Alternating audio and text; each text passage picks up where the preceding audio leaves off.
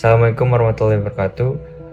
Di kesempatan kali ini saya ingin memaparkan hasil daripada analisis kasus yang telah saya pilih, dan video ini dibuat untuk memenuhi ujian tengah semester mata kuliah pidana, mata kuliah hukum pidana dan perkembangan.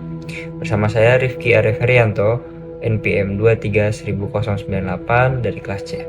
Kasus yang saya angkat kali ini adalah kasus perundungan yang dilakukan oleh siswa di sekolah swasta di daerah Serpong. Nah, perundungan ini dilakukan secara bersama-sama oleh para siswa yang tergabung dalam geng Tai. Nah, siswa-siswa yang tergabung dalam geng Tai ini melakukan perundungan terhadap juniornya yang hendak masuk atau baru masuk ke dalam geng Tai ini. Namun dalam perundungan ini terdapat kekerasan yang menyebabkan luka terhadap para juniornya. Dimulai pada pasal 1 KUH Pidana yang menerangkan tentang asas legalitas serta larangan berlaku surut suatu ketentuan pidana. Dalam kasus ini asas legalitas terpenuhi karena pengaturan mengenai kasus perundungan ini sudah lebih dulu eksistensinya dibandingkan dengan peristiwa tindak pidana yang terjadi dalam kasus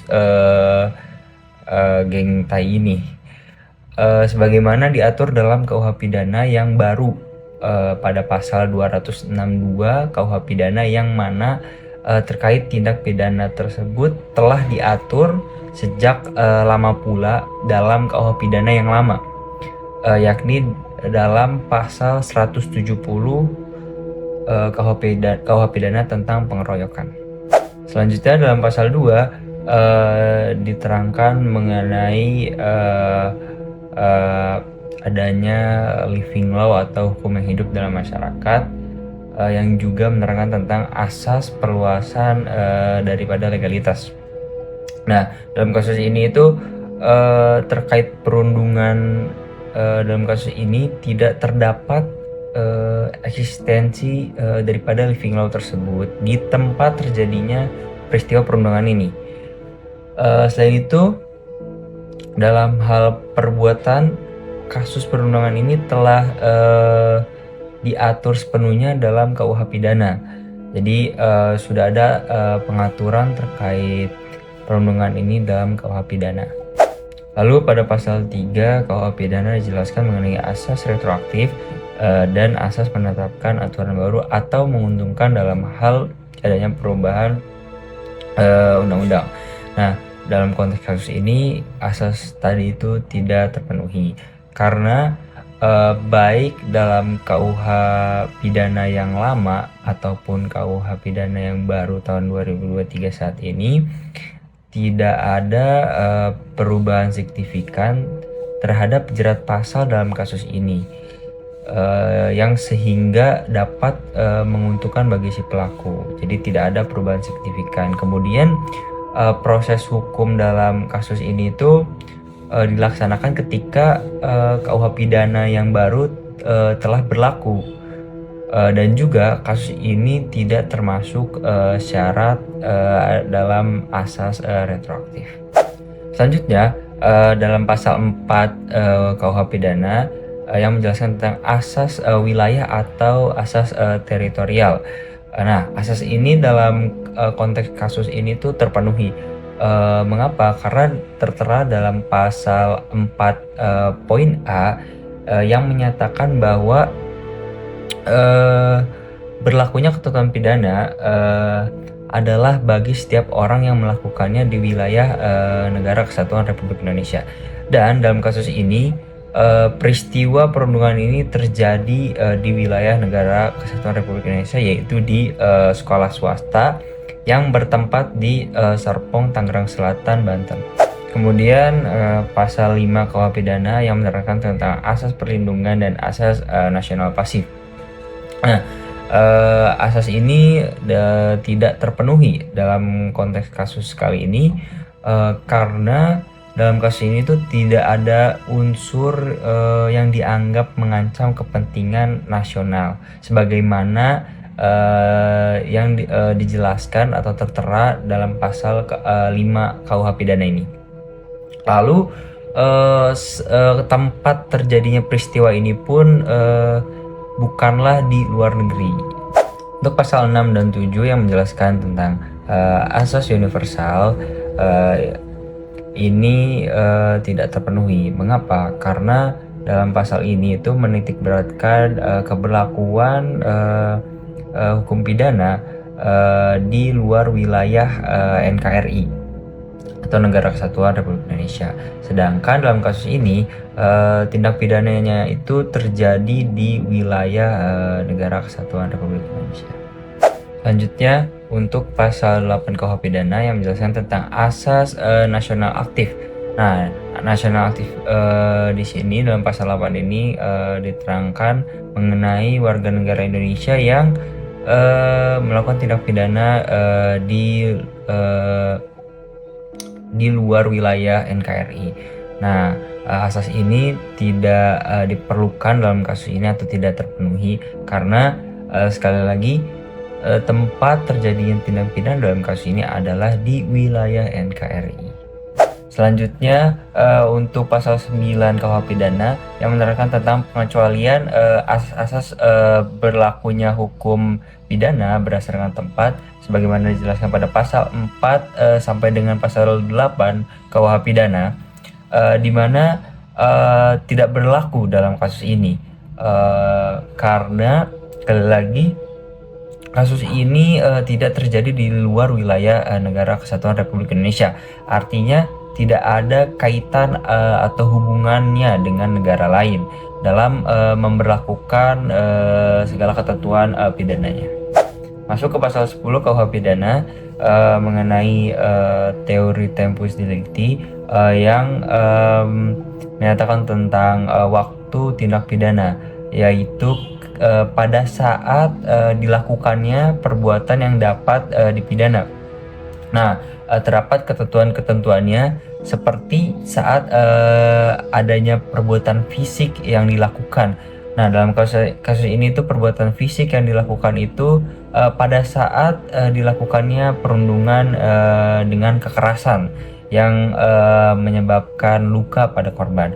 Kemudian adanya saat bekerjanya alat atau bahan untuk menyempurnakan tindak pidana tersebut, yaitu dalam kasus ini ketika digunakannya suatu benda panas ke tubuh korban yang mengakibatkan luka bakar pada si korban tersebut. Kemudian yang terakhir, ketentuan yang terakhir adalah saat timbulnya akibat daripada tindak pidana itu. Dalam kasus ini tuh yakni akibat dari tindak pidana tersebut adalah penderitaan fisik ya yang diterima oleh korban, yaitu terdapat luka memar dan luka bakar akibat daripada perundungan tersebut. Masuk ke pasal 11 yang menjelaskan tentang asas locus lex delicti, di mana berbeda dengan pasal 10 yang dibicarakan di sini adalah tempat tindak pidana, yaitu tempat dilakukannya perbuatan yang dapat dipidana. Nah, terdapat ketentuan yang sama seperti di pasal 10, di mana adanya tempat perbuatan fisik dilakukan. Nah, dalam kasus ini tuh tempat perbuatan fisik atau bisa dibilang perundungan itu dilakukan di sekolah yang bertempat di Serpong, Tangerang Selatan, Banten. Kemudian adanya tempat bekerjanya alat atau bahan untuk menyempurnakan tindak pidana. Nah, dalam kasus ini tuh digunakan suatu benda panas itu kan yang menyebabkan luka bakar pada korban itu kan di sekolah ya, karena itu dilakukan pada saat terjadinya perundungan. Kemudian adanya tempat terjadinya akibat daripada perbuatan yang dapat dipidana. Nah, dalam kasus ini tuh yaitu di sekolah setelah selesai dilakukannya perundungan tersebut, karena ini berbicara akibat daripada perbuatan tersebut. Lalu masuk ke pasal 12 KUH pidana yang menjelaskan tentang tindak pidana. Nah, dalam peristiwa perundungan yang terjadi dalam kasus ini itu merupakan termasuk ke dalam perbuatan yang bersifat melawan hukum.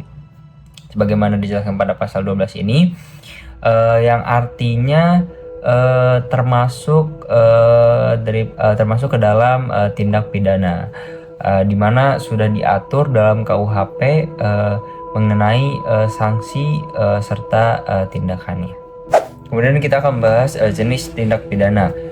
Dalam kasus ini termasuk ke dalam delik kejahatan, di mana pengaturan terkait kasus perundungan dan kekerasan ini telah diatur dalam buku kedua KUH Pidana, yakni dalam pasal 262 tentang kekerasan terhadap orang atau barang secara bersama-sama di muka umum. Kemudian kasus ini juga termasuk ke dalam delik dolus untuk sengaja, di mana perundungan ini terjadi ketika terdapat anggota baru dalam geng tai itu, yang akhirnya memunculkan niat para anggota senior geng tai untuk memberikan sambutan. Nah, kemudian kasus ini juga termasuk ke dalam delik material, di mana dalam kasus ini perundungan disertai dengan kekerasan yang menyebabkan luka memar dan luka bakar pada korban. Kemudian kasus ini juga termasuk pada delik komisi, yaitu kasus perundungan dengan kekerasan ini telah melanggar ketentuan larangan sebagaimana dalam pasal 262 tentang kekerasan terhadap orang atau barang secara bersama-sama di muka umum.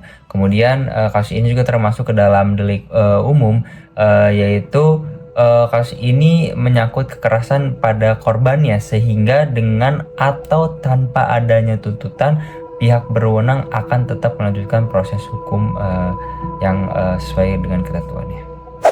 Kemudian kita akan membahas tentang kualifikasi tindak pidana berdasarkan buku kedua KUH Pidana, di mana dalam kasus ini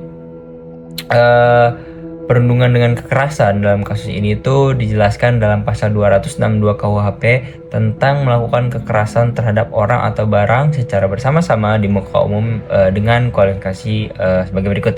Jadi setiap orang dengan terang-terangan atau di muka umum dan dengan bersama melakukan kekerasan terhadap orang atau barang dipidana dengan pidana penjara paling lama 5 tahun atau pidana denda paling banyak kategori 5.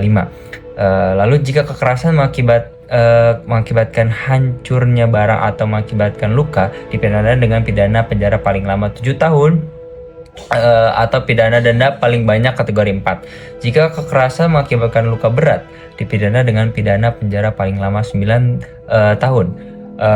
Jika kekerasan mengakibatkan matinya seseorang, dipidana dengan pidana penjara paling lama 12 tahun.